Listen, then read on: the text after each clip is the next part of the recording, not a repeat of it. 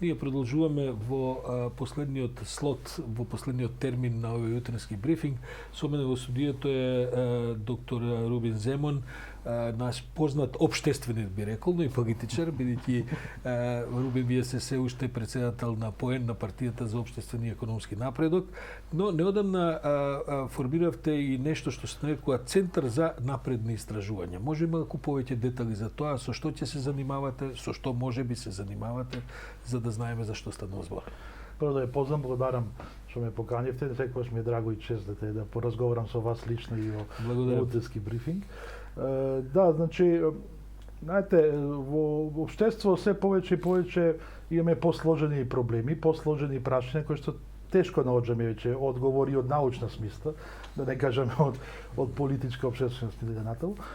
И поради тоа сметавме на група на научници дека потребно е мало да направиме еден подуг пристап, што до се ми се чини во Македонија многу слабо е тоа. Не дека немало, имало, меѓутоа многу слабо тоа се работи, да кажу кога ние баш ќе поправиме ситуацијата, меѓу ќе да правиме некој обид да на еден холистички пристап на некои проблеми. Целосен со други зборови. Целосен пристап, интердисциплинарен, мултидисциплинарен пристап на кој што ќе се обидиме да решаваме некои проблеми пред се од општествената природа, меѓутоа и од да кажеме природонаучната. Морам да признам дека насловот е малку амбициозен, напредни истражувања. Да, тоа уште Алберт Ајнштајн во методолошки ли е пристапот или е да, идејата на Алберт Ајнштајн дека е после Втората светска војна, првпат е тако формирано во Принстон универзитетот нели во Америка и има синџир на такви институти, центри по светот. Македонија за жал прв пат да правиме така едно. Сте дел од тој синџир, сте дел од некаков поширок концепт? Сепак треба да направиме некои си, да кажеме, чекори првични, ќе се обидиме, иако нема тоа некоја мрежа, не постои, меѓутоа соработка имаме. Ние имаме постојана соработка и преходно со такви институти, центри. Со тоа што неколку оделенија се ангажираат, тоа што е добро, знаете, кај нас во главном кога нашите професори заминуваат во пензија ги забораваме. Ние некој начин сакаме тој ум да го повторно тука ангажираме, донесе неколку професори што се во пензија, на некој начин ги ангажираме, бидејќи нивното знание треба да се искористи. Имате некои имиња кои може да спомнете? Да, Тоновски тука, Темал Користевски професор, така натаму, Илиле Поповска една од и таа се отиде во пензија и таа тука ќе се ангажира поготово за заштита на животната средина и од развивање од разлика, така што многу малку имаме такви експерти во Македонија и нормално се покануваат сите да дојдат. Во главном тоа ќе биде некој вид повеќе како форум, значи да се видат различните пристапи. Знаете, има една научна мисла кажува изненадувањето е поради тоа што сме го поставиле пред време добро прашањата. Затоа сме изненадени. Значи треба ги добро поставиме некои прашања пред време, науката треба да анализира и гледа сите можности, како што сите непредвидливи ситуации се предвидат, да се симулираат работи, што се вика, за да можеме нешто да не сме изненадени. Ние гледаме постојано сме нешто изненадени од било која општествена јавност. Веќе имате и една конференција најавено, која што морам да кажам дека мене барем многу интересно ми го привлекува вниманието, ќе го прочитам насловот, велите Духот и сенките на Југославија, процеси и рефлексии 30 години по распадот на СФРЈ. Да. Добро, нема да бидеме изненадени назад, бидејќи ќе анализирате. Па не, ја ќе кажа ка може и пак ќе сме изненадени. За што станува збор? Бидејќи прво кога ќе се одржи, што е меѓународно учеството и за што всушност станува збор? Па онлайн конференција ќе биде меѓународна во овие ковид ситуации, нели се уште трае. Може би лошо, може и добро. Значи понекогаш ние кога сме правили конференции со физичко присуствие може да дојдат одреден број на научници, експерти, така натаму, поради безбед причини, сега може сега дома и се зборуваат, така што на 25 јуни е денот кога Словенија прогласи независност, нели сеќавате? И Хрватска прогласи исти ден, меѓутоа тие го одложија, како тоа што го стави на мирувањето, како рекоа. Значи тој ден е физичкиот распад на Југославија. 30 години одбележуваме годинава. До ова година на 30 години, иако распадот, дали вие знаете добро, започнал уште 74-та или можеби 64-та таму конгресот на СКЈ и така натаму. Долга е таа расправа, веројатно ќе разговарате и за тоа. Меѓутоа, ја се не интересира тоа, нас интересира што се случува, значи што се случува во овие 30 години во тој простор. Велите сенката е прилично долга. Долга е сенката. Таа и денеска фрла некаква ладовина. Да ги остави политички, меѓутоа другите досоли што ги имаше таа држава, пред се во науката, во општеството, во културата, во спортот, беа врвни дострели. Нели, само за спортот ќе кажам, кога се распадна СФРЈ, таа држава беше светски првак во ракомет, светски првак во кошарка, светски првак во ватреполо, тенис Моника Сележ владееше. Тоа не е спорно прашање. И Црвена звезда беше првак на светот Европа, кога се распада. Само за спортот, да зборуваме се и тие секи продолжуваат, значи и тој духот продолжи. Или да кажеме те мојата област на мултикултурализмот, зачиначи кој права, ние само че видиме тоа југословенско наследство, сега што одите најдобар пример е Косово со Албанија. Значи во Косово многу полесно се прифаќаше мултикултурализмот, или правда, околу тоа што се случува во Албанија. Дори пред 2-3 години се Албанија конечно излезе од таа рамка на држава нација, на тешка држава нација иде признавање, или околијата нас Грција, Бугарија ги има тој проблем се. Не може регионот и не може бившата СФРЈ и сите држави што произлегува, а и неколку од овие замрзнати конфликти кои што се уште траат, да излезат од таа долга сенка на национализмот која беше пред се причината. Би рекол не само национализмот, сега ако смеам и јас да искоментирам 30 години, биќе сведок. Да учествувате со ваш. Биќе сведок и професионално покрива многу години што се случуваше. Се работи сепак и за еден недостаток на демократија кој потоа изроди национализам, еден комунистички национализам. Морам да кажам дека тој го препознавам и вон границите на бивша Југославија. Ова што да речеме понекогаш од Бугарија ни доаѓа од некои луѓе е онака еден класичен, сега да бидам пежоративен, комуњарски национализам кој и шовинизам кој што ние го дипломиравме под наводници за жал уште пред 30 години. Тие сенки се уште траат. Тие сенки се уште имаат моќта да произведуваат конфликти, да произведуваат, да кажем, и замрзнати, но и да ги одмрзнат конфликтите на лош начин. И за тоа сакате да разговарате, предпоставувам дека тоа е смислата на конференција. Една од работи што ќе направиме ова лето е да направиме еден летен универзитет. Знаете, ние ја одржам од Евробакан институтот, правевме прилично голем број на летни универзитети. Мало после тоа замре, сега е пълцено да го возобновиме. Значи, ја разговарав и со Бучковски, нашиот специјален советник. Веројатно сега до некаде ноември ќе имаме замрзнување на официјалните преговори, да кажем, поради избори што се дуваат и во Бугарија, па има писателски ден во октомври, па и ние ќе имаме локални избори. И некаде до нова година тешко може да чечува. Меѓутоа, ние како академска заедница и како невладин сектор и како think tankoви, даде да поразговараме со Бугарија да видиме кои се тие аспекти што ги губиме или што ги пропуштаме. Или да име да разговараме за тие теми кои што не се од прашени идентитети на историја. Значи имаме ние комуникациите. Морам да кажам дека кругот со кој јас комуницирам во Софија е круг кој што е фрапиран од политиката на Бугарија. Јас таму имам соговорници, тие не се толку моćни како политичките фактори во Бугарија да се наметнат со ставовите, но тие се фрапирани од оваа погрешна политика и не избегнуваат да кажуваат погрешна. Колку што знам на таа конференција, на тој летен универзитет за кој се подготвувате, ќе стане збор за се во билатералните односи, освен за историја. Да, и за идентитет. Нема да зборуваме. За тоа нема да. Можно ли е да се разговара без тие два? Па имаме ние партнер кој справи подготовката е Универзитетот за национална и глобална економија, значи тие се бава со студии на регионален развој, на регионот, на економијата, на глобалните процеси.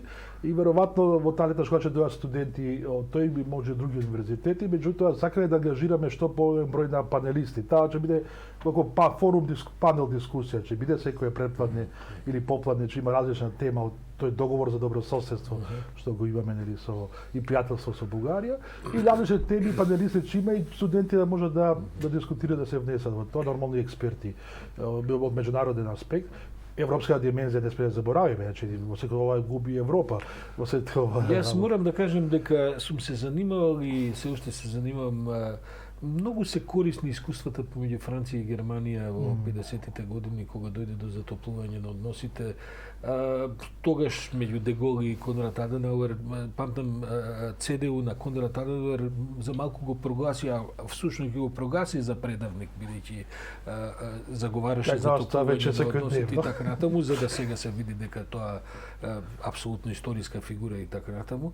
Во македонско-грчкиот спор со години се заговара една идеја дека во можеби е Солун вистинското место за отварање на еден центар за млади, каде што бидејќи што покажуваат искуства дека смислата е голема во размената на искуствата на младите. Бидејќи младите на Балканот, особено во Грција младите, па би рекол дури и во Бугарија, не го познаваат Балканот, бидејќи се ориентирани кон запад, на сите е сонот да се патува негдека на нагоре, на север.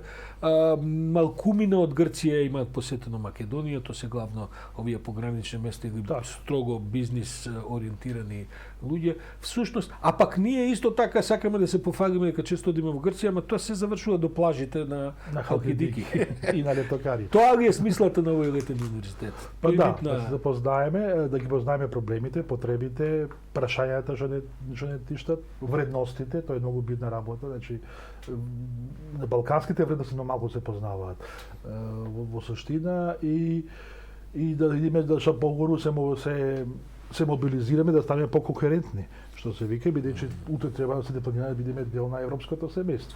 Така да мисля како не се добро познаваме, нема да ги превазидиме тие проблеми што се од 19-тиот век. Сето овие проблеми што ги спомнавме и претходно, се од 19 век. Ние живееме сепак во 20 веќе третата деценија на 21 век и мислам дека и младите сосема да го прецепираат. Мислам дека воопшто ги интересира некои млади во сите овие проблеми што ги имаме ние, дискутираме за идентитетот, историјата и така натаму. Всушност, Македонија можеби најнапред во тие концепти, особено со овој концепт за едно општество за сите, а и со мултиетничката демократија која се развива во Македонија, во теориска смисла сме прилично напред, ама некако судбината ни е да сме мала земја, па сме во таа смисла беззначени и дури во теоретските концепти, бидејќи од она ја што го следам во еден ограничен, се разбира, диапазон.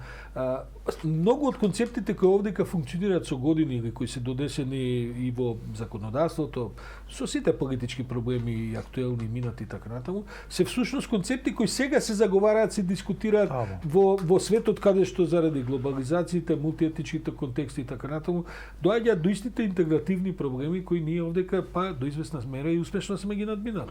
Па и повитални сме. Што сме помали, тоа се повитале, дали кажуваат.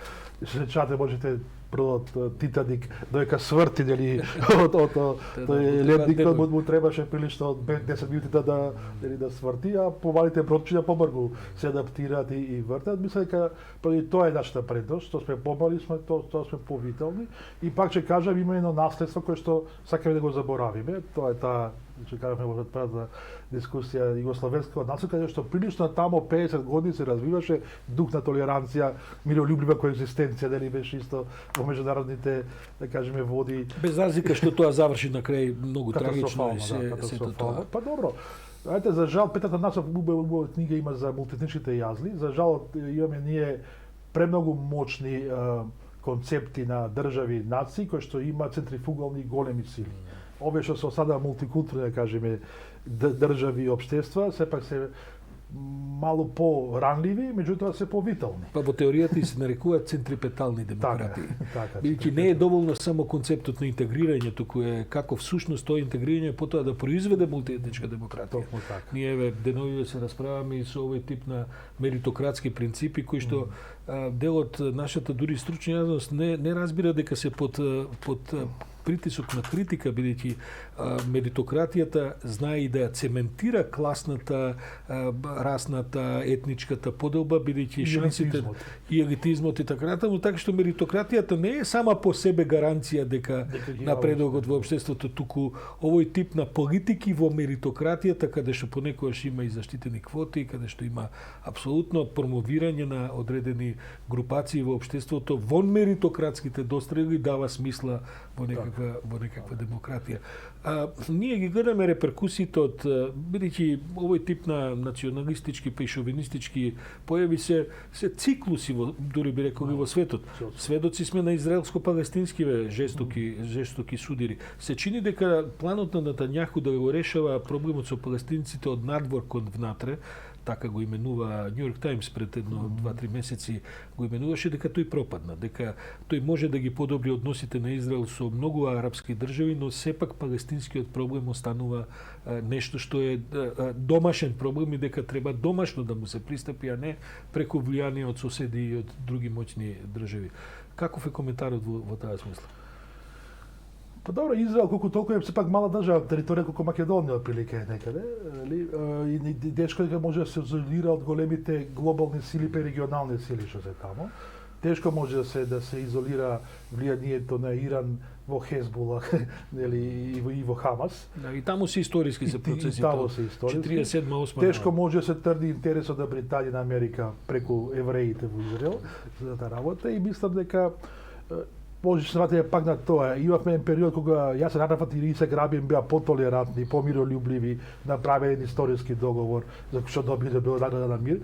Меѓутоа дојдоа малку порадикални политичари, па и Махмуд Абас и Нетањаху се прилично порадикални политичари. Особено Хамас. Да, и Хамас е терористичка организација, значи не е на ПЛО, не е на ПЛО, на Палестинска либералната организација. Арафат велеше дека миротниот договор е како, сега дали ќе го цитирам добро, но има една многу убава мисла кажано, тој вика како конј кој што во трк кружи околу вас и само еднаш на известно време ќе ви се доближи доволно за да можете да го јавнете. Да го јавнете. Изгледа дека тие со преговорите во Осло успеа да го јавнат во тој момент. Тој Коњов некако сега се во пошироки кругови трча околу израелско-палестинскиот спор. И е подив. Да, и е подив, да. А од друга страна гледаме дека Израел навистина е мощна сила. Вие гледате дека не е толку се јачани и воено и така натаму што ништо не ги допира. Гледате сето ова и нова технологија што ги имаме сега со зидот, железен зид, не може тој градата да е погоди и тоа е добро. Меѓутоа тоа не му дава за право да убива деца, да убива цивили и така натаму, со тоа што цел да уништи Хамас. Го струши имиджот Израел на развиена, да кажем, земја во еден регион кој што традиционално е регион на проблеми со децении наназад и може би и внатрешната политика во Израел дел од оваа ескалација, иако таму и арапскиот и еврејскиот елемент се разбира веројатно и дури подеднакво. Некој промовираше теза дека таму не се работи за еврејско-муслимански судир, туку се работи за политички судири на елити кои што имаат интереси околу тоа да во овој момент заради состојбите на политичките сцени има таков судир. Мислам дека забораваме момент. Нетањаху се сочува со 3 многу тешки обвиненија од сада држава Израел за корупција и така натаму, за перење пари дека да има. И ова му дојде одлично да го дефокусира јавноста тоа работа. А друга страна Махмуд Абас исто ги губи позициите. Хамас исто така се помалку и помалку пари добива поддршка од другите и мисля дека ова дојде одлично на двете, да кажеме, крајно радикални страни да се малку појачат позициите, за жал на сметка на цивилно население, за жал на сметка на деца, на жени и за жал сметка на медиумите. Целата зграда дели на медија центарот ја срушија дели во Газа. А мора да кажете дека Газа цело време во изолација. Нели тоа многу малку сега во последно време се кажува, од сите аспекти Газа е во изолација, и копнено и воено и поморски. Впрочем, од 47-8 година наваму палестинците задржаа само 15% од територијата што своевремено кога почнуваше градењето на израелската држава. Има и тоа сега се енклави кои што се така притиснати, иако и арапите кои што живеат во самиот Израел се, ми се чини 10 на 15% од населението, сепак тој судир. Меѓутоа има доста арапи што се добро интегрирани во Тел Авив, во некои градови каде навистина гледаме и мултикултурен концепт. Не да се сеќавате кога беше во војната во Сирија, убава новинарка палестинка даваше добри апели тоа државната телевизија израелска, многу убава, че тоа кажуваше пример каде и арапи и христијани имаме таму арапи кои се добро интегрирани во тие области каде што ги имаме конфликти како што е во Газа и во Јерусалим и во западниот брег, така што веројатно тие процеси мало треба да се либерализира, да мало ги оставиме овој нашиот концепт кој на мултикултурализам, едно општество. Тешко оди тоа. Тешко тоа нема друг начин. Друг начин, алтернатива мислам нема и фака че постојано ќе гледаме само жртви. Да, ќе видиме за цената во моментот работат наводно и американците и кинезите, египчаните кои што се таму еден од најсилните фактори. Ќе видиме дали ќе дојде до смирување, иако прогнозите се дека барем во оваа недела нема да дојде до смирување, бидејќи како што велам се уште има некаков базен на интереси да тој судир ескалира до одредено ниво и за апсолутно. Потоа веројатно се преиде на некакво примери. Рубин Земон, занимливи се сите овие иницијативи на Центарот за ворни, за како го нарекувате, за напредни истражувања, оваа конференција што имате. Да, кај нас тешко се произведува и Advanced и Excellence. Значи Excellence со изворедност го Па една од идеите што имаме, ако не ви одзема многу време, сакаме малку да студентите во Македонија, што се елитни, да кажеме, да направиме активности да тие постојано се дружат. Еднаш, два пати месечно ги дружиме. Нешто што ни фали нас. Се постојано зборуваме кај нашите гениални умови, млади, ни извезуваат, имаме течење мозоците, нели, brain drain и така натаму. Сакаме нешто да поработиме преку овој центар, нешто да ги дружиме што повеќе од сите факултети, барем тие елитни студенти, и тие да размислуваат на сложени проблематики кои што мора бидат интердисциплинарни.